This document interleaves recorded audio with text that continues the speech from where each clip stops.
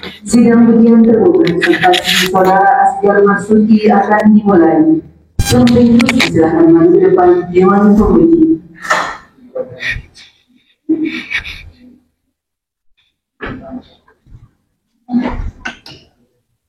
Disilakan kepada Ketua Sidang. Bismillahirrahmanirrahim. Assalamualaikum warahmatullahi wabarakatuh. Waalaikumsalam. Yang saya hormati semua sama membanggakan kegiatan pembimbing eksternal kita pada pagi hari ini, sahabat terbaik saya ya, dan sahabat kita semua.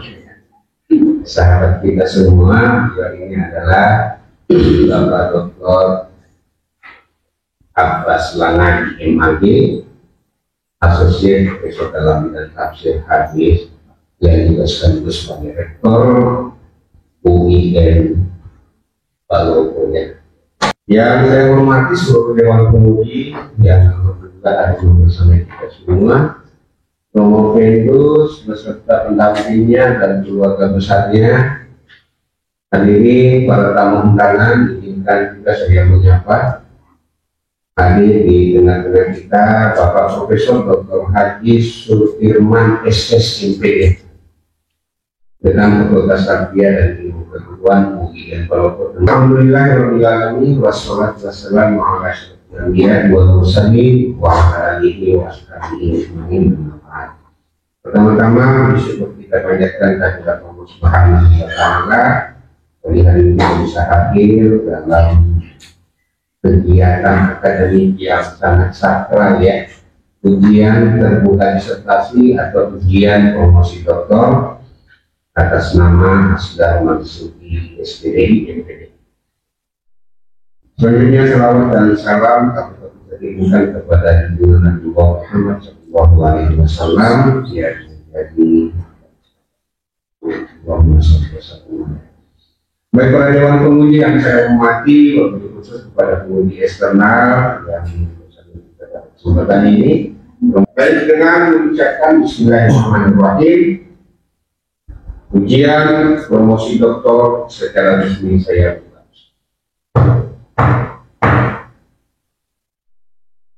Romo Vendus akan mempertahankan disertasi dengan judul Implementasi Program Khulud Fisabilillah dengan metode tarbiyah islahiyah gerakan jamaah tabligh di Kota Palopo. Baik para Dewan Penguji yang saya hormati, Romo Vendus beserta seluruh hadirin para tamu undangan bahagia. Selanjutnya saya silakan kepada Romo Vendus untuk menyampaikan abstrak disertasinya selama 10 menit dengan tidak membaca naskah. Silakan.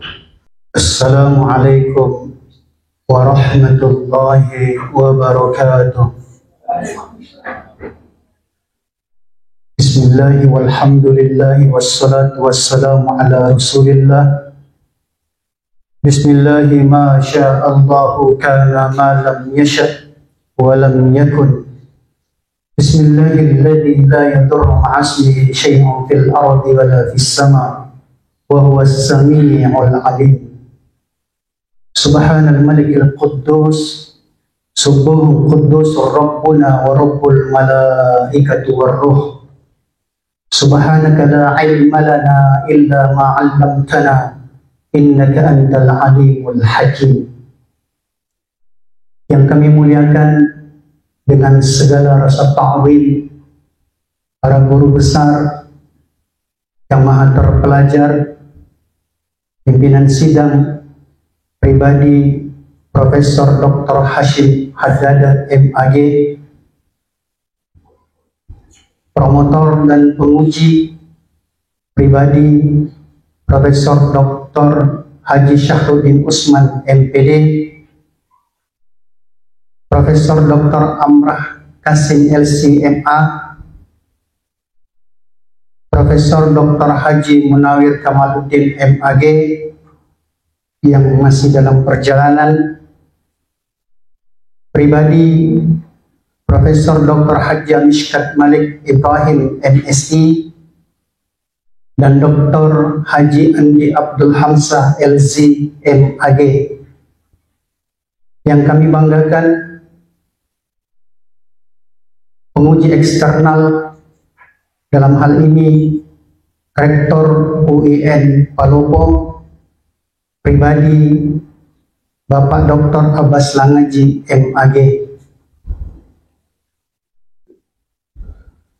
para dekan Fakultas Tarbiyah dan Ilmu Keguruan UIN Palopo, beserta wakil dekan yang lengkap, Dekan Fakultas Usuluddin Adab dan Dakwah UIN Kota Palopo, mengawali presentasi yang akan kami paparkan. Izinkan Promovendus mengajak kepada hadirin sekalian untuk melantunkan bisir, satu doa yang pernah diajarkan oleh Rasul kepada para sahabat ketika mereka meminta amalan istiqamah. Allahumma a'inna ala dzikrika wa syukrika wa husni ibadatik. Allahumma ya Allah, a'inna, bimbing, tuntun dan jadikanlah kami senantiasa ala dzikrika, ke atas orang-orang yang senantiasa mengingatmu, berzikir sehingga kami jauh dari ghaflah, wa syukrika, dan jadikan kami orang-orang yang senantiasa bersyukur atas nikmat-Mu sehingga pantas dan layak bagi kami untuk mendapatkan tambahan nikmat, wa husni ibadatik, dan jadikan tutur ucap kami, tapak langkah kami, setiap amal perbuatan kami menjadi jariah bagi orang-orang tua kami, wa husni ibadatik, dan hantarkan kami sampai kepada puncak amal yang Engkau terima dan diridhoi. Promovendus memohon izin kepada para hadirin sekalian untuk mempresentasikan disertasi yang berjudul Implementasi Program Khuruj fi Sabilillah dengan metode tarbiyah islahiyah Gerakan Jemaah Tabligh di Kota Palopo. Tujuan penelitian ini dilakukan adalah pertama, untuk mendeskripsikan respon masyarakat Kota Palopo tentang program Khuruj fi Sabilillah yang dilakukan oleh Jemaah Tabligh di Kota Palopo. Yang kedua, mendeskripsikan persepsi masyarakat Kota Palopo tentang program Khuruj fi Sabilillah sebagai metode tarbiyah islahiyah di Kota Palopo. Yang ketiga, mendeskripsikan implementasi program Khuruj fi Sabilillah dengan metode tarbiyah islahiyah sebagai upaya perbaikan umat di Kota Palopo.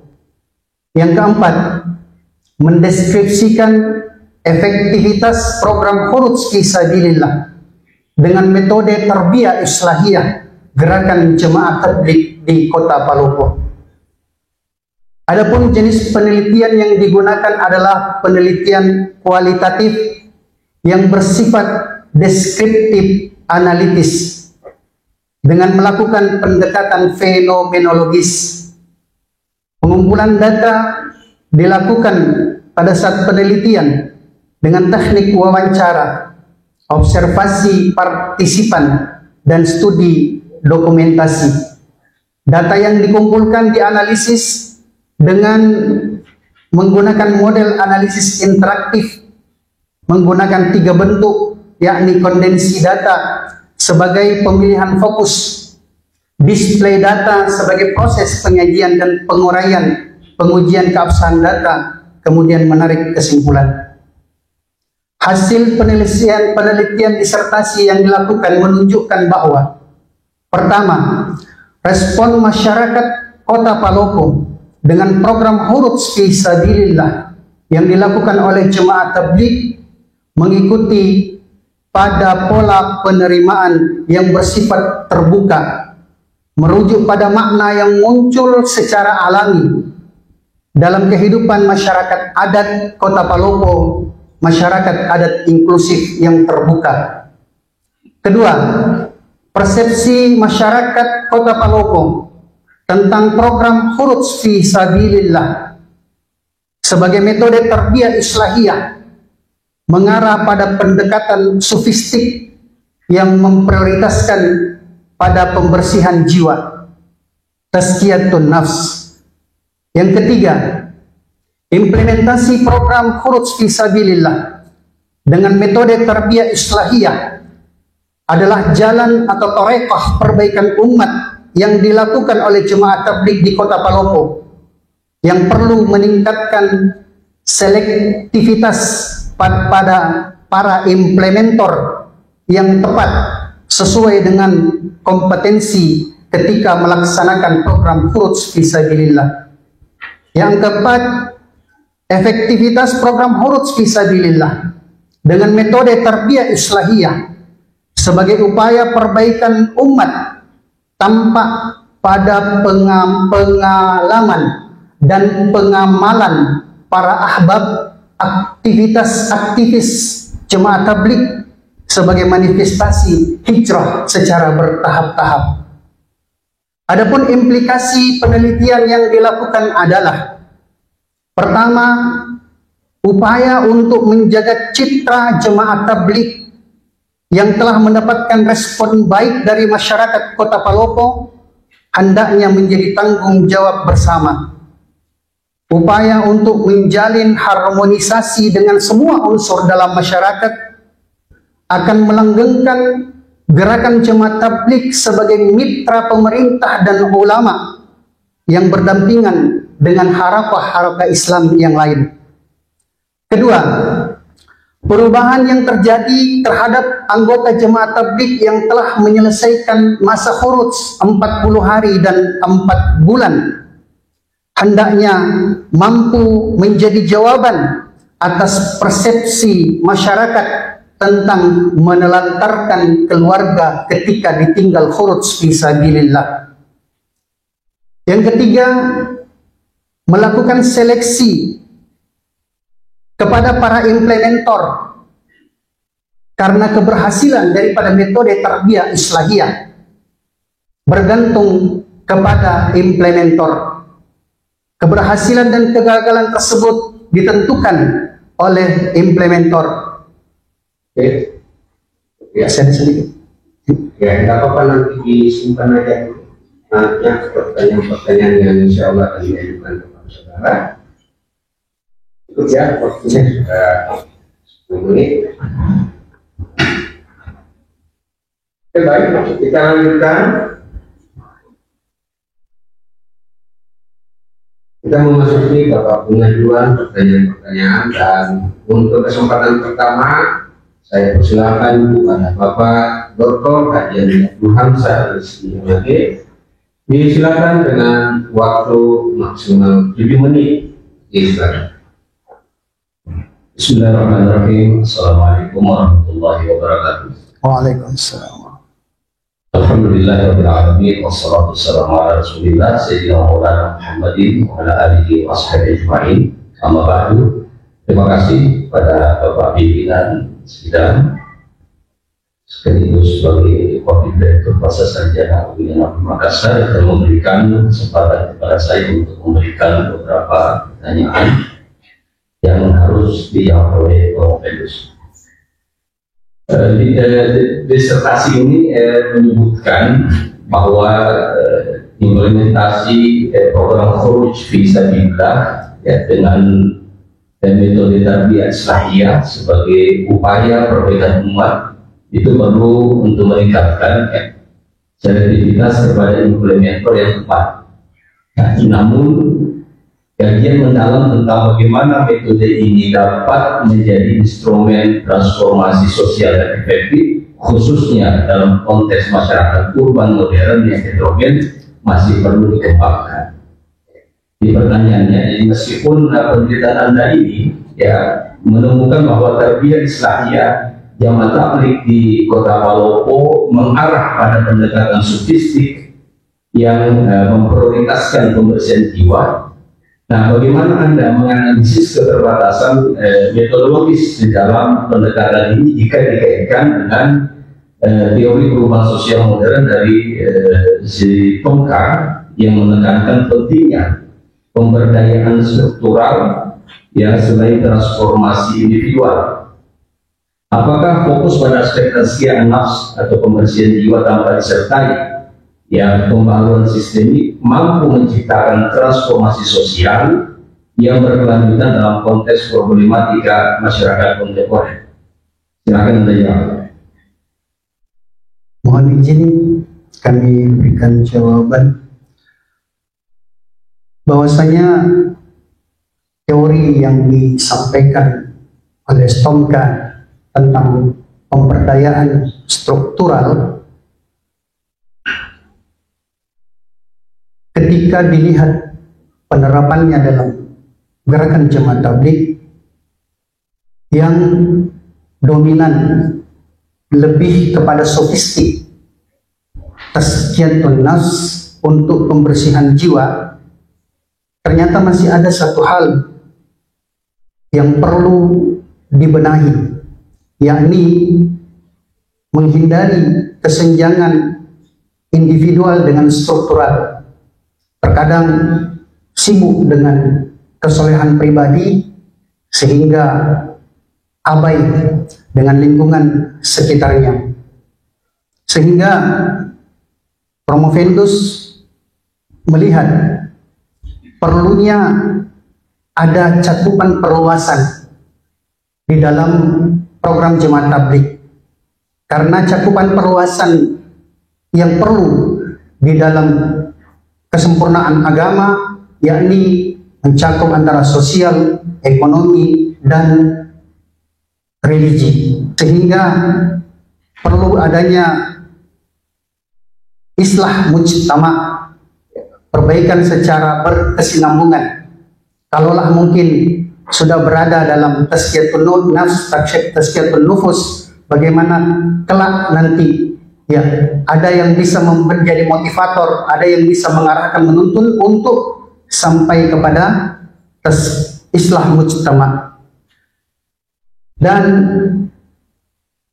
gerakan jemaah tabligh terutama di Kota Palopo hendaknya membuka diri dan senantiasa bersinergi dengan semua gerakan-gerakan Islam untuk membangun komunikasi sehingga bisa saling terbuka dan saling mengkritisi satu sama lain. Demikian dari kami. Kemudian, jadi meskipun hasil penelitian Anda ini menunjukkan adanya persepsi positif dari masyarakat terhadap program khusus fisabilillah, ya bagaimana Anda mengevaluasi ya keseimbangan antara kewajiban dakwah dengan tanggung jawab terhadap keluarga ya dalam konteks maqasid syariah, mengingat ya ada penelitian menemukan bahwa salah satu kritik utama terhadap jemaah tabligh itu adalah potensi menelantarkan keluarga selama khuruj. Nah, bagaimana model praktek khuruj yang ideal berdasarkan temuan penelitian Anda untuk menjamin kedua aspek ini terpenuhi dengan baik? Izin menjawab. Allahu Akbar, Masya Allah. Dari perspektif maqasid syariah, keseimbangan antara kewajiban dakwah dengan tanggung jawab menjadi penekanan dalam hifz ad-din, menjaga agama dalam keluarga, dan hifz an-nasl, menjaga keturunan dalam keluarga sehingga mereka tidak terlantar. Sebenarnya sudah ada yang dicanangkan, sudah ada agenda yang dibuat para masyayikh di dalam jemaah tabligh yang namanya tafakkud ahwal dan tafakkud amwal. Dan terkadang ini diabaikan dengan kami meminjam istilah dengan satu istilah yang sering dikatakan oleh kebanyakan orang, jos, sehingga dia menabrak saja tanpa melihat rujukan tafakkud. Tafakkud ahwal yang dimaksudkan di sini yaitu setiap anggota jemaah tabligh sebelum mereka keluar meninggalkan keluarganya, maka mereka diharapkan untuk melakukan berbagai persiapan, baik itu secara spiritual maupun secara materi, keluarga yang akan ditinggalkan, kesiapan mereka. Kemudian tafakkud amwal, dilihat kemampuan ekonomi jemaah-jemaah yang akan dikirimkan, apakah mereka layak membawa bekal dan yang ditinggalkan untuk berada dalam jangkauan yang lebih luas atau berada di lingkungan Kota Palopo saja. Dan pembinaan dalam keluarga, pembinaan ketika kembali daripada khuruj fisabilillah juga menjadi perhatian. Tetapi sekali lagi terkadang ada di antara mereka yang telah kembali dari khuruj fisabilillah mengabaikan tentang maqami. Maqami itu adalah untuk menjaga jazbah semangat dalam amal dan menjaga istiqomah dalam amal setelah menyelesaikan masa khuruj. Terima kasih. Ya. Terima kasih atas jawaban-jawabannya. Assalamualaikum warahmatullahi wabarakatuh. Waalaikumsalam warahmatullahi wabarakatuh. Baik, terima kasih banyak kepada penguji pertama.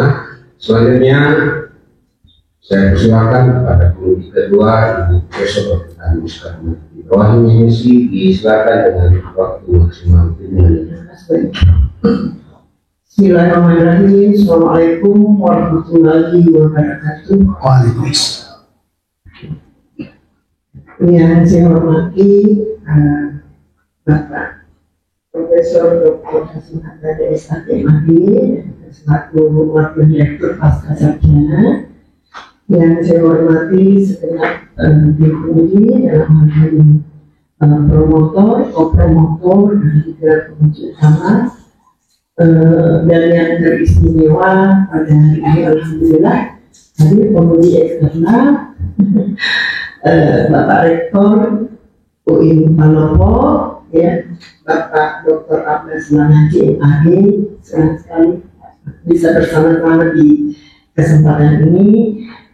Yang berbahagia tamu undangan Sivitas Akademika, ini ada Pak Dekan, ya, dan keluarga besar dari Promotendes, ada istri tercinta tadi, sebagai istri tercinta, ya, dan para hadirin yang mengikuti kegiatan ini. Pertama-tama tentu saya ucapkan selamat Pak Askar, alhamdulillah sudah berada di titik ini. Saya tahu betul Pak Askar bagaimana kesungguhannya, perjuangannya sampai di tempat ini. Dan saya ingat kita sempat bertemu di perkuliahannya Pak Askar, ya. Ya, baik. Ada satu hal yang saya akui dari Pak Askar ini terkait dengan pas komitmennya, komitmen terhadap tugas itu luar biasa. Apapun tugas itu segera ditindaklanjuti. Begitu dia pada progres perbaikan disertasinya ini, ya.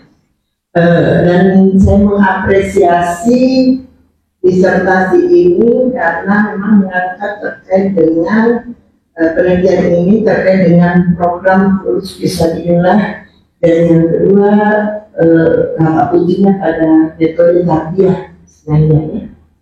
Ya, baik. Jadi disertasi ini tidak hanya membahas terkait dengan aspek keagamaan dan spiritualitas umat, tetapi membuka ruang diskusi, ya, membuat ruang diskusi akademik itu terkait dengan transformasi, baik transformasi sosial, lalu dinamika dakwah yang dilakukan oleh komunitas jemaah tabligh. Ya, baik. Dari fokus yang Pak Askar angkat, itu saya melihat itu sangat relevan dengan konsep evaluasi program. Nah, jadi pilihan fokusnya itu sangat relevan dengan salah satu konsep yang ada di evaluasi itu adalah ketika ingin mengetahui mengevaluasi program itu apakah dia efektif atau berhasil, maka lihat dari 4 level itu. Ya, dan ini saya ada di sini. Level yang pertama itu terkait dengan respon, baik dari peserta program itu maupun dari eksternal. Nah, pasca di sini fokus pertama dan kedua itu respon masyarakat, ya, terkait dengan program Bridge ini. Nah, saya penasaran dengan level yang ketiga. Kalau level pertama tadi respon atau tingkat kepuasannya, dan yang kedua lebihnya, saya kira oke. Yang ketiga ini terkait dengan perubahan behavior, ya, terkait dengan perubahan perilaku. Hasil penelitian Pak Askar ya, dari kondisi objektif dari para peserta yang mengikuti program Bridge ini. Apakah terlihat ada perubahan perilaku itu lebih baik dari segi mungkin dari segi aspek sosialnya, moralnya atau aspek yang lain? Bisa dijelaskan Pak Sir? Izin dijawab. Allah. Apa yang ditanyakan oleh Dorunda Prof pernah kami tanyakan juga dengan almarhum Kiai Haji Syed bin Samida.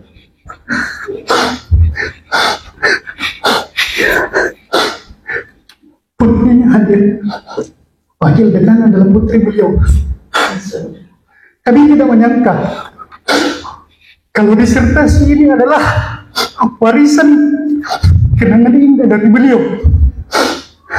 Tahun lalu kami masih bersama melakukan operasi wawancara, berdialog dengan beliau.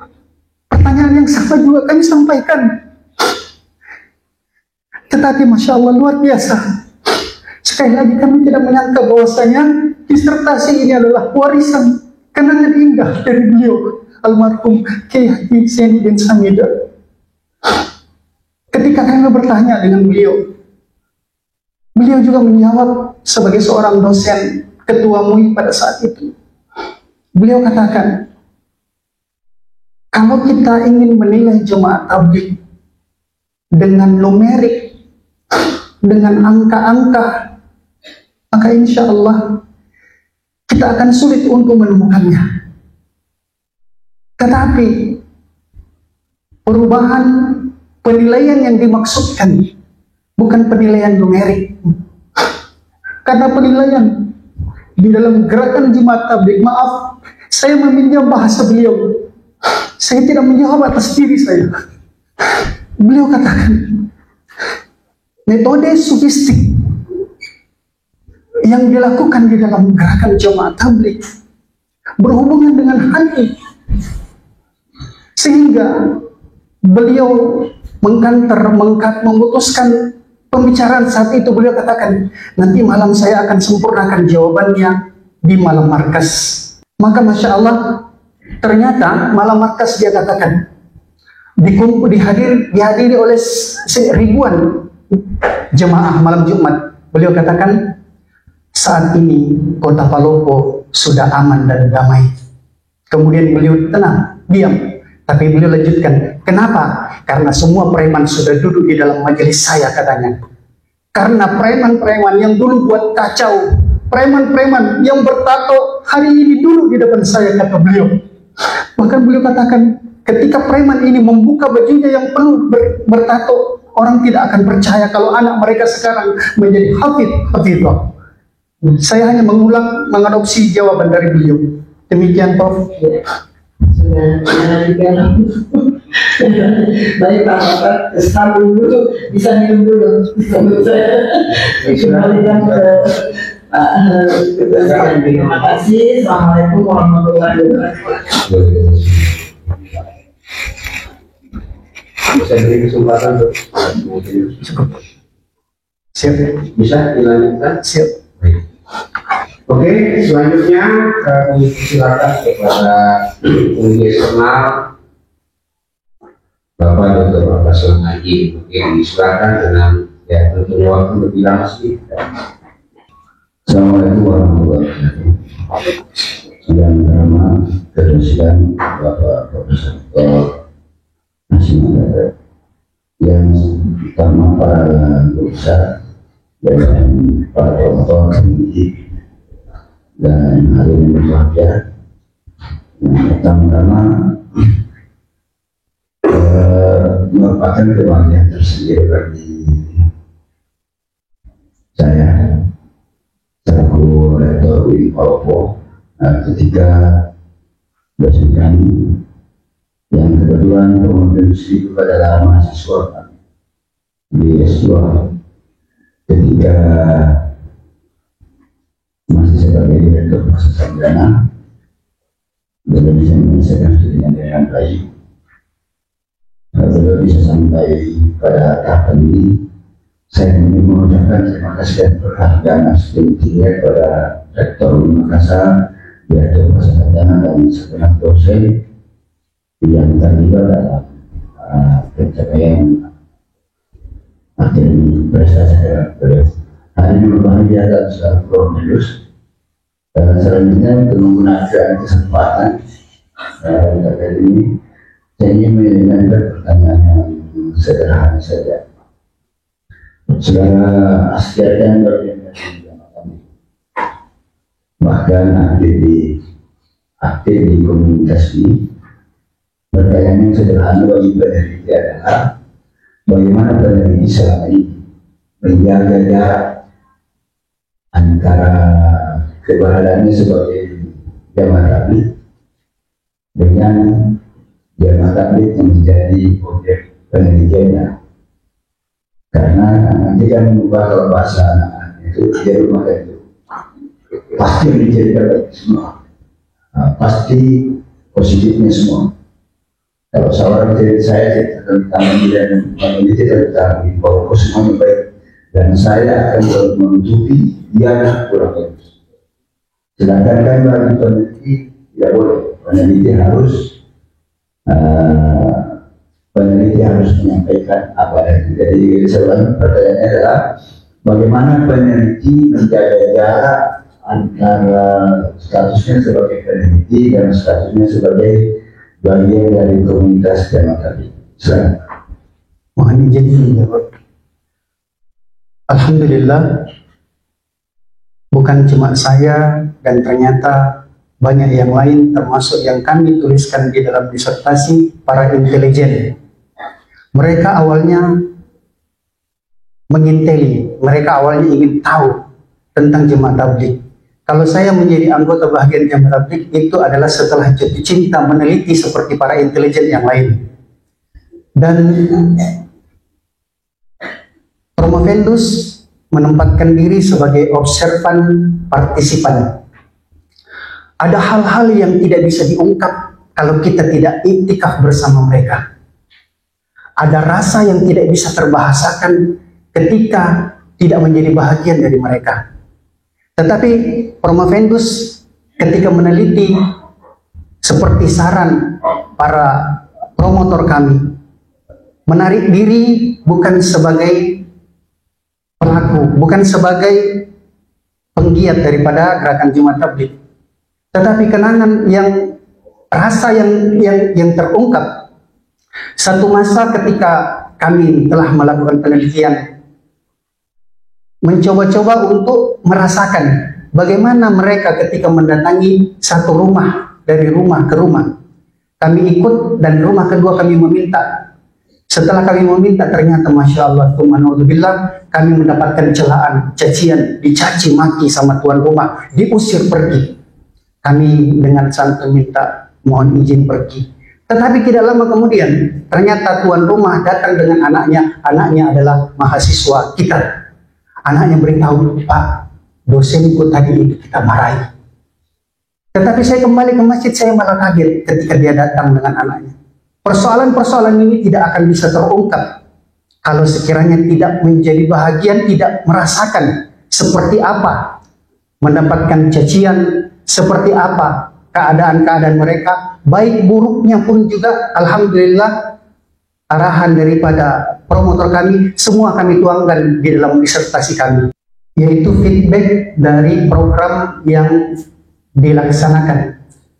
Semisal satu orang yang baru hijrah, dia mungkin baru 1-2 hari diajak sadar. Kalau pandangan orang umum melihat kok ini baru hijrah tapi langsung mengajak orang lain, ternyata feedbacknya kepada orang yang mengajak, bukan kepada orang yang diajak. Yang terakhir, peneliti sampai menyatakan bahwa jamaah tabligh ini adalah gerakan, bahkan menyebut sebagai gerakan transnasional. Bukankah penamaan, kan setahu saya jamaah ini justru malah tidak senang, tidak setuju disebut jamaah tabligh. orang saja yang ada di luar saja. Bahkan penggunaan nama jamaah tabligh itu kan terkadang berkonotasi tidak positif.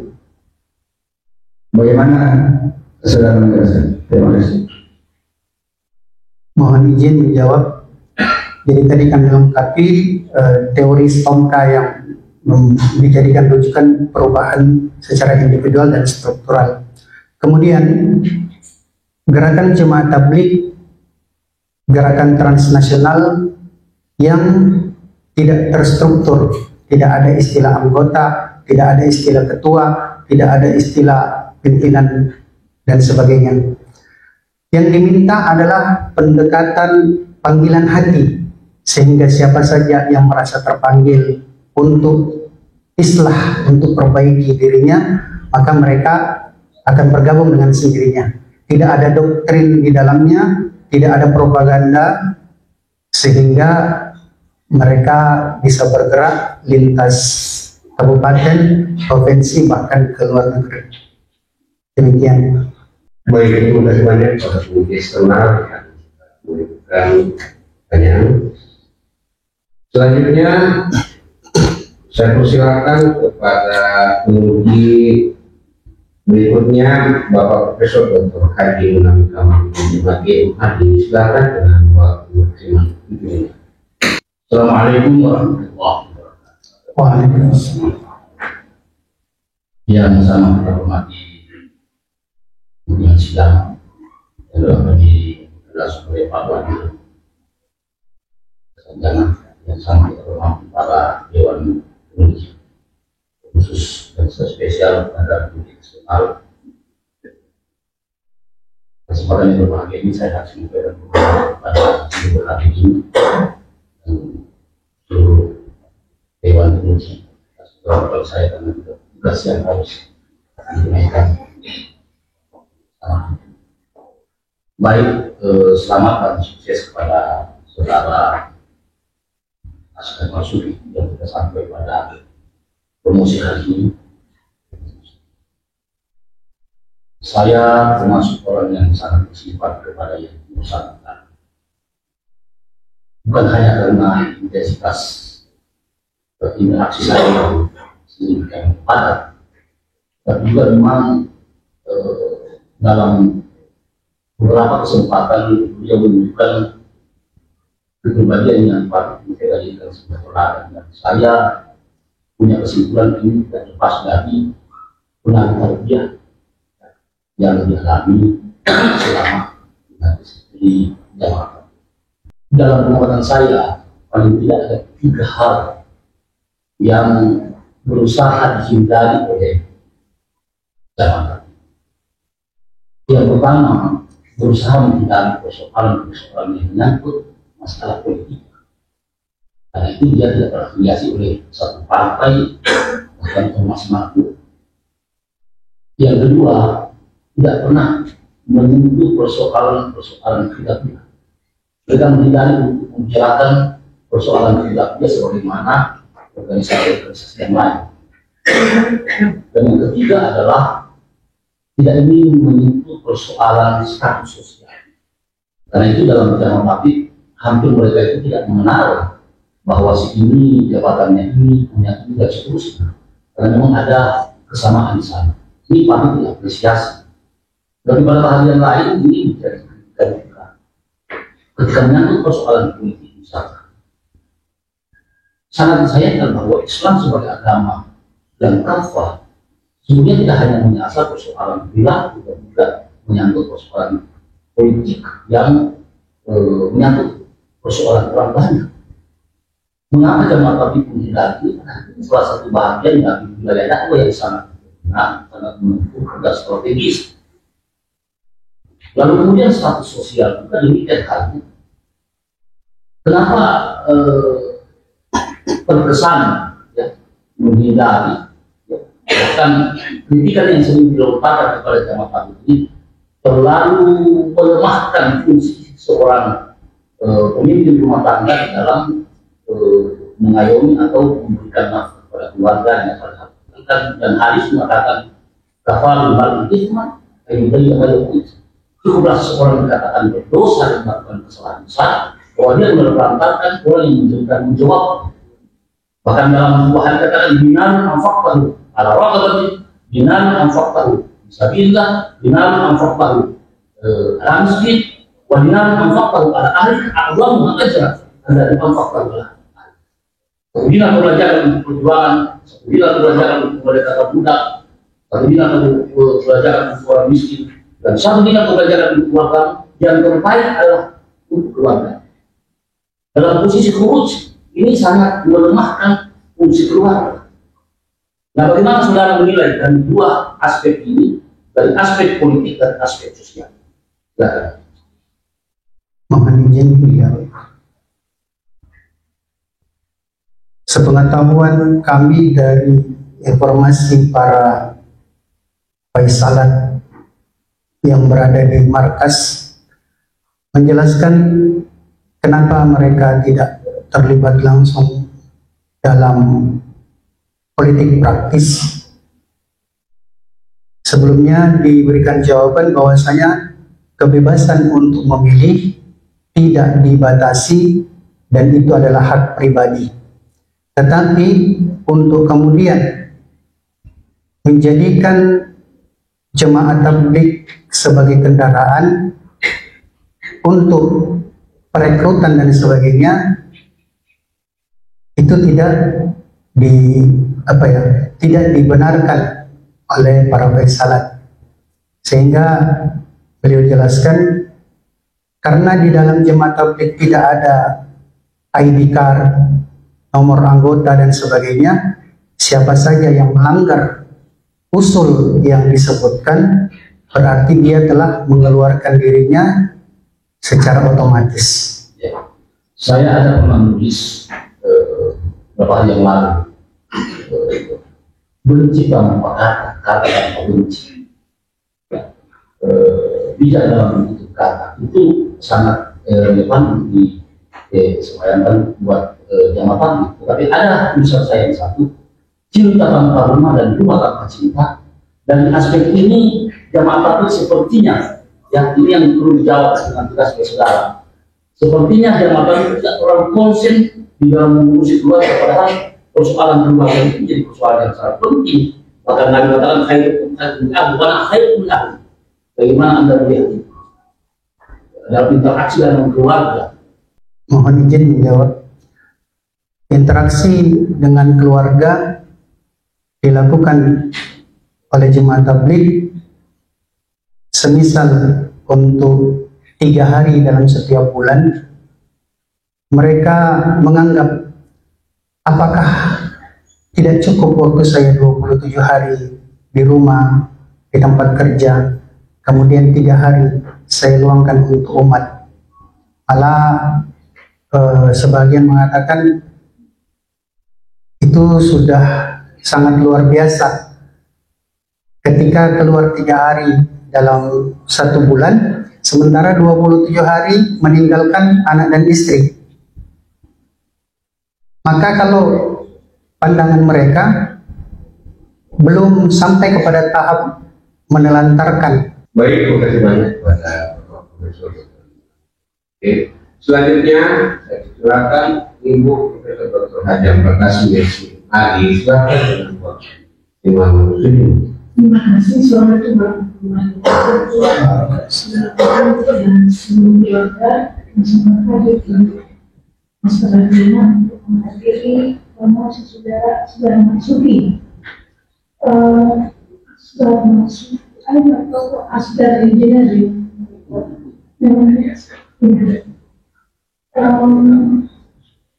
Pemerintahnya adalah implementasi program lulus bisa dilakukan dengan metode dia selesai lulus itu orang baru bisa lulus. Kemarin kan dalam ayat dan ayat itu sekarang lulus. Saya dijawab dulu. Mohon izin Pak menjawab. Yang pernah kami dapatkan jawabannya dan kami tuangkan di disertasi, pemahaman jemaah tabligh tentang surah Ali Imran ayat 110 kuntum khaira ummatin ukhrijat linnas ta'muruna bil ma'ruf wa tanhauna 'anil munkar wa tu'minuna billah. Jadi mereka menganggap kuntum di sini yang dimaksudkan adalah kalian semua. Kuntum khaira ummah adalah umat yang terbaik, malah dikatakan disyaratkan di situ dengan ukhrijat linnas. Selain kita tahu sebagai tagline daripada Majelis Tabligh, ada juga jauh dari apa yang jauh dari Ya, jadi mohon izin menjawab Prof. Jadi khuruj ini adalah masa ketika yang ditentukan untuk meluangkan waktu ke satu tempat tertentu.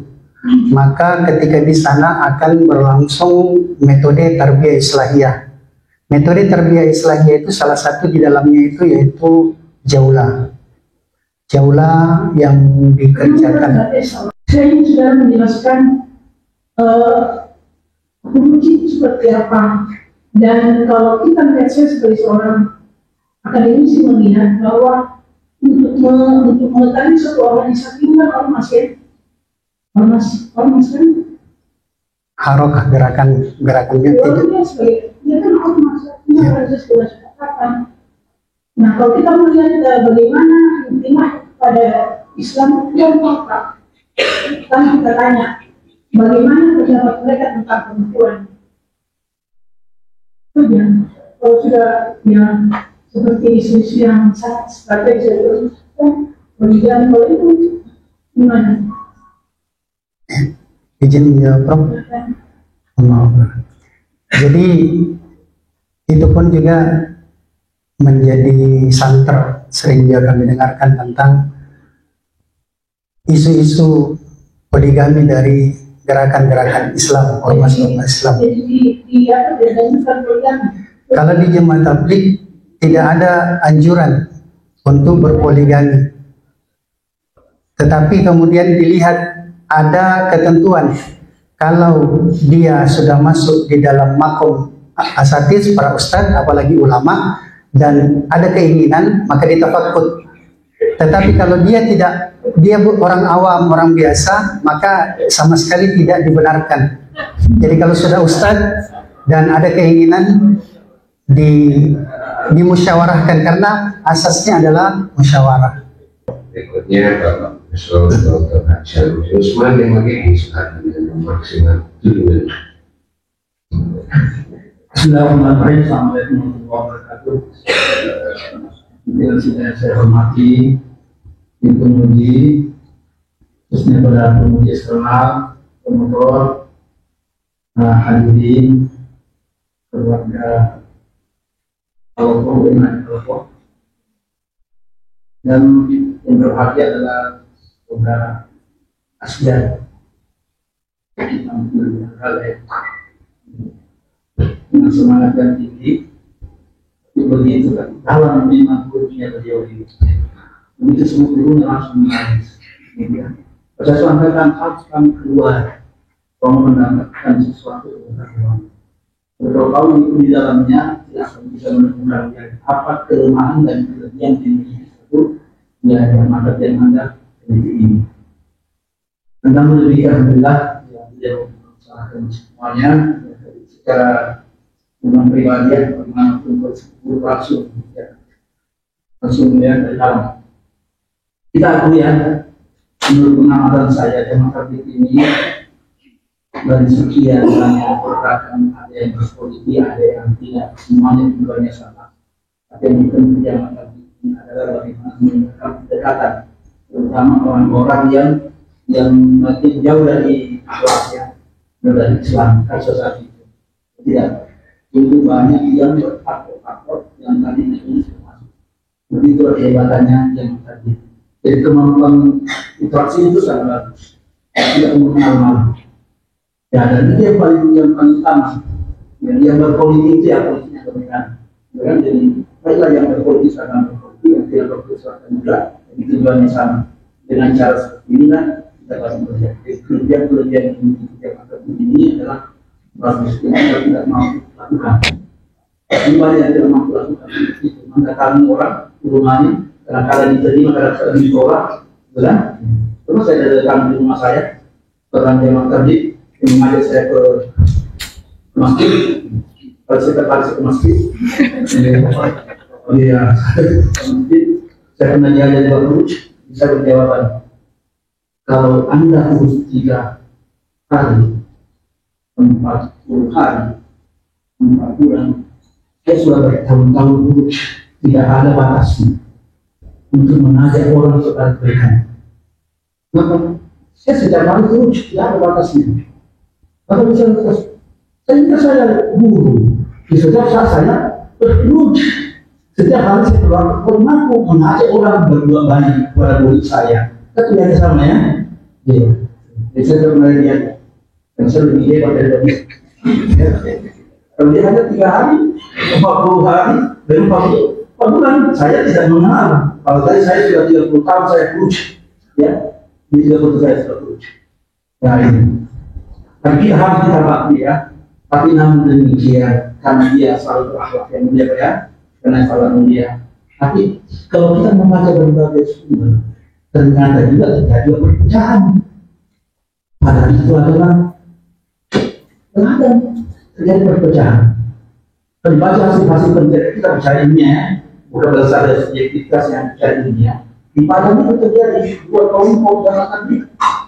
Ada jamaah tabligh yang ahli surat, ada juga satu yang kedua. Ya bagaimana ini susah untuk diterangani karena dia sudah pecah. Dan masing-masing mengambil tempat masjid dan berbeda. Ya, bagaimana menurut hasil penelitian saudara? Apakah di bawah tidak seperti itu? Apakah yang sekarang ini dan dia sebagai kelompok jamaah tabligh, dia masuk kelompok yang mana?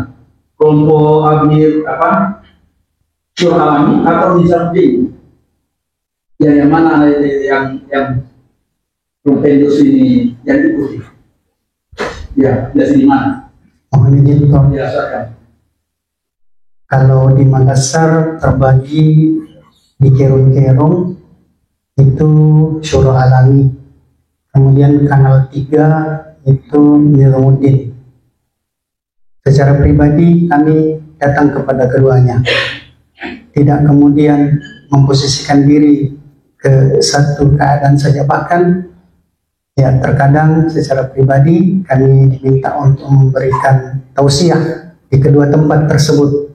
Berarti mereka juga memandang Promovendus tidak di Nizamuddin atau tidak di Syurah Alami, karena kedua-duanya kami datangi.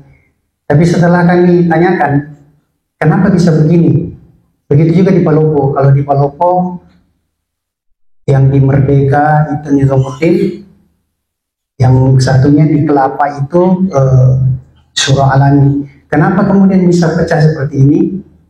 Setelah kami tanyakan kepada Faisalatnya, mereka menjawab ini cuma persoalan selera. Yang satu mungkin suka makan kapurung dengan selera pedas, yang satu mungkin suka makan kapurung dengan selera yang kecut. Sehingga kami tidak bisa memaksakan selera kami kepada mereka, begitupun juga mereka kepada kami. Selain sebagai pimpinan sidang itu menjadi bagian dari tim penguji pada hari ini, dan saya sudah persiapkan juga beberapa poin-poin pertanyaan ya untuk saudara.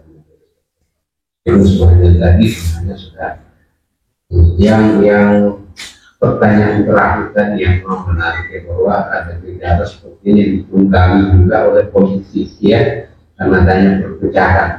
Ya, perpecahan sebenarnya orang menyebut organisasi, tetapi jamaah tabligh bukan organisasi ya, sebatas gerakan saja ya. Ya, karena tidak ada strukturnya, tidak ada apa namanya istilahnya ADART-nya tidak ada kan? Ya tidak ada. Tetapi kita melihat juga kalau di Makassar ya, terutama seperti tadi yang disebut ya. Saya juga tadi sebenarnya mau tanya itu karena yang di kanan itu dekat rumah saya ya, dan keluarga saya yang tergabung di Makassar ya lebih banyak di Kerong-Kerong. Saya pernah mengatakan kenapa tidak di kanan saja, lebih dekat dari tempat saya, karena kalau dia tadi di rumah saya. Jadi itu yang saya perhatikan.